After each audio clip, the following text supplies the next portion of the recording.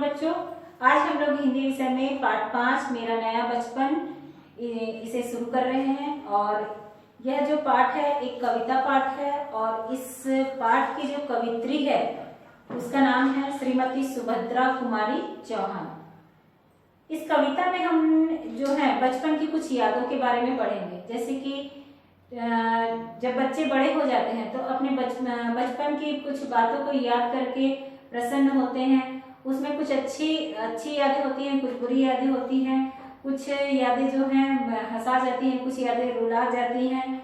ऐसे बहुत सी यादें जो हैं इस कविता के माध्यम से कवित्री जो है हमें अवगत करा रही है। बचपन की मधुर यादें हर उम्र में व्यक्ति को पुलकित और रोमांचित करती है, मतलब कि उनको बहुत ज्यादा प्रसन्न कर देती है। घर के बच्चों को शरारतों और बाल सुलभ क्रीड़ाओं से मन बरबस ही स्वयं के बचपन को की मधुर स्मृतियों को खो जाता है। होता क्या है कि जब हम बच्चों को खेलते देखते हैं, उनके बचपना को देखते हैं, उनकी हरकतों को देखते हैं, जो भी उनकी क्रियाओं को हम देखते हैं, तो उनको देख करके हमारी जो स्मृति में जो हमारी यादें जो थी वो जो खो गई थी या धुंधली हो गई थी, उसको देख करके हमें पुनः वो सारी यादें जो हैं याद आ जाती हैं। इस कविता में भी सुभद्रा कुमारी चौहान ने अपने बचपन की यादों को प्रस्तुत किया है, जो उन्हें अपनी बेटी की गतिविधियों को देखकर याद आई है। ऊंच नीच और छल कपट रहित बचपन की उन्हें याद बार बार आती है। तो यहाँ पर कवित्री जो है किस प्रकार से अपने बचपन की यादों को अपनी बेटी के बचपने को देख करके याद कर रही है और उसे कविता में प्रस्तुत की है। तो कविता यहाँ पर हम लोग पढ़ते हैं और उसके भाव को समझते हैं। यहाँ पर देखिए पहली पंक्ति में बताया जा रहा है, बार बार आती है मुझको मधुर याद बचपन तेरी, बार बार आती है मुझको मधुर याद बचपन तेरी, गया ले गया तू जीवन की सबसे मस्त खुशी मेरी। अब देखिए यहाँ पर जो है इस पंक्ति में जो है कवित्री जो है नन्ही बच्ची के माध्यम से अपने बचपन को याद कर रही है। और क्या कह रही है कि कवित्री यहाँ पर कह रही है कि पहली लाइन देखिए, बार बार आती है मुझको मधुर याद बचपन तेरी। कवित्री कहती है कि अपनी बिटिया को देख करके अपने बचपन के मधुर दिनों को वह याद कर रही है। अपनी बिटिया को देख करके अपने बचपन के मधुर दिनों को वह याद कर रही है। गया ले गया तू जीवन की सबसे मस्त खुशी मेरी। और क्या बोल रही है कि बचपन में मेरे जीवन की सबसे बड़ी खुशी ले गया, यानी कि बचपन जो है वो मेरे जीवन की सबसे बड़ी खुशी को, बचपना चला गया यानी कि जीवन की सबसे बड़ी खुशी को ले गया।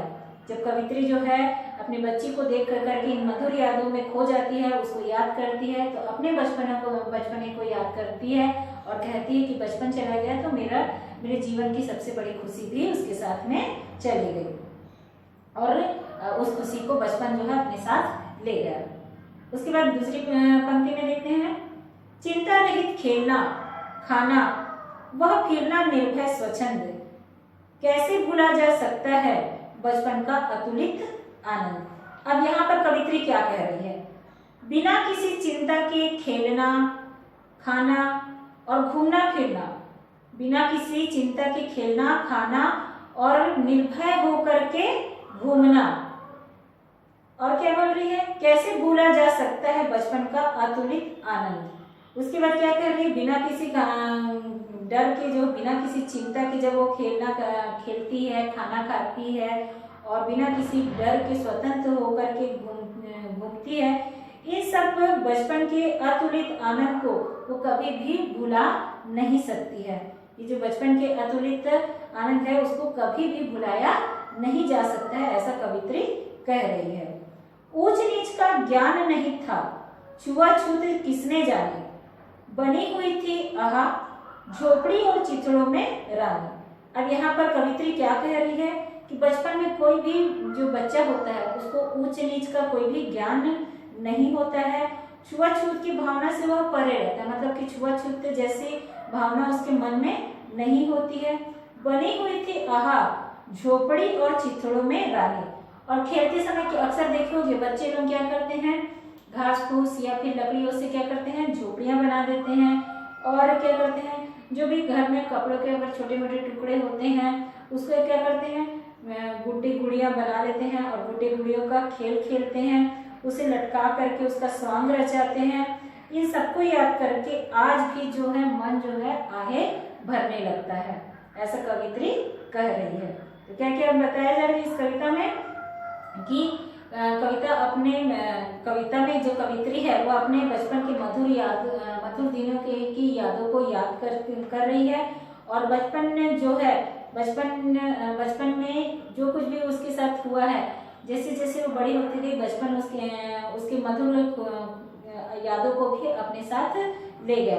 वो जो समय था वो बहुत ही अच्छा था, ना ही किसी प्रकार की चिंता थी, न खाने की चिंता थी, न खेलने की चिंता थी। निर्भय होकर के वह घूमती थी। उस अतुलित आनंद को कभी भी भुलाया नहीं जा सकता है। बचपन में जो बच्चे होते हैं उन्हें ऊंच नीच की भावना नहीं होती है, छुआछूत की भावना से वे परे रहते हैं और घास फूस से या लकड़ियों से वे झोपड़ी बना करके, कपड़ों के टुकड़ों से गुड्डी गुड़ियों को बना करके उसे लटका करके खेलते हैं और उसको याद करके आज भी मन जो है आहे भरने लगता है। इसके बाद आगे का देखते हैं कि ये दूध के कुल्ले मैंने जूस अंगूठा सुधा पिया, किलकारी कलोल मचाकर सूना घर आबाद किया। और क्या कह रहा है यहाँ पर अगली पंक्ति में कि कवित्री यहाँ पर कह रही कि मेरी बिटिया ने दूध का नकाशा किया। बच्चों को आप देखते हो कि दूध पीते हैं और दूध को मुंह से ऐसे निकाल देते हैं, उसी को क्या कह रही है कवित्री कि बचपन में मेरी बिटिया ने दूध का नकाशा किया। और क्या कह रहे हैं कि चूस अंगूठा सुधा पिया। और अंगूठे कुछ बच्चों को आपने हमेशा देखा होगा, छोटे बच्चे और कुछ बच्चे ऐसे रहते हैं बड़े हो जाते हैं फिर भी अंगूठे चूसने की उसकी आदत बनी हुई रहती है। तो यहाँ पर जो चूस अंगूठा सुधा पिया, अंगूठे को जो चूसते हैं तो उसको सुधा यानी क्या होता है, अमृत। तो अंगूठे को चूसना जो है वो सुधा के समान उसको लगता है, यानी कि अंगूठे को चूसा यानी कि अमृत के पीने के समान लगता है। किलकारी कलोल मचाकर सूना घर आबाद किया। और खेल कूद करके अपनी किलकारी से, अपनी हंसी से जो है घर में, जैसे कि घर में अगर कोई बच्चा नहीं रहता तो घर का वातावरण कैसा होता है, बिल्कुल शांत होता है। और जब बच्चा कोई होता है तो उसके हंसने से, उसके खेलने से, उसके शोर मचाने से पूरा घर आंगन जो है आबाद हो जाता है। ऐसा कवित्री यहाँ पर बता रही है। रोना और मचल जाना भी क्या आनंद दिखाते थे। और क्या कह रही है कवित्री कि थोड़ी देर रोना, फिर झट से रूठ जाना, रोना और मचल जाना भी क्या आनंद दिखाते थे। तो थोड़ी देर रोना फिर झट से मचल जाना बहुत आनंद देता था। बड़े बड़े मोती से आंसू जयमाला पहनाते थे। और क्या कह रहे हैं कि छोटी सी बात पर बड़े बड़े आंसू निकालकर रोना मजे देता था। मतलब कि अगर कोई भी घर में थोड़ी सी भी फटकार लगा देते थे तो हम लोग मतलब बचपन में क्या करते थे, बड़ी बड़ी आंसू की बूंदों के द्वारा जो है रोने लगते थे, जिससे क्या होता था, जो भी बड़े होते थे वे हमें फिर बनाने लग जाते थे।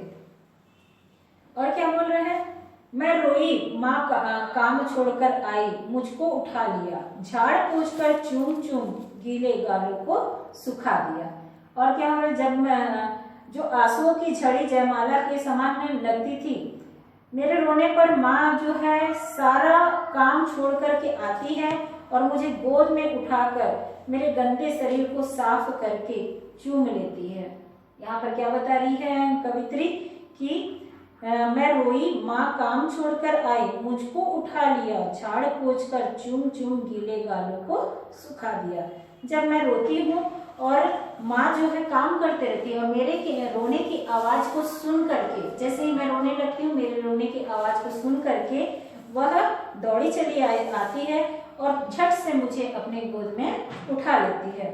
और गोद में उठा करके मुझे, जैसे बच्चों को देखे होंगे कि वो कैसे आंगन में खेलते रहते हैं तो उनके कपड़े गंदे हो जाते हैं, है ना, तो उसको माँ जो है उसको उठाते वक्त उसको थोड़ा सा उसके कपड़ों को झड़ाती है, झाड़ पोंछ करके उसको उठाती है और फिर उसके बाद में बच्चा रोते रहता है तो उसको चूमने लगती है।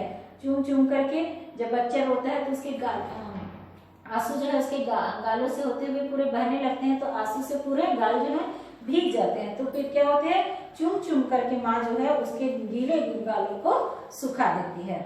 तो यहाँ पर देखिए ये जो पंक्ति मैंने आप लोग को समझाई है, इसके आगे और भी पंक्तियां बची हुई हैं, इसको मैं आगे के क्लास में आप लोग को समझाऊंगी।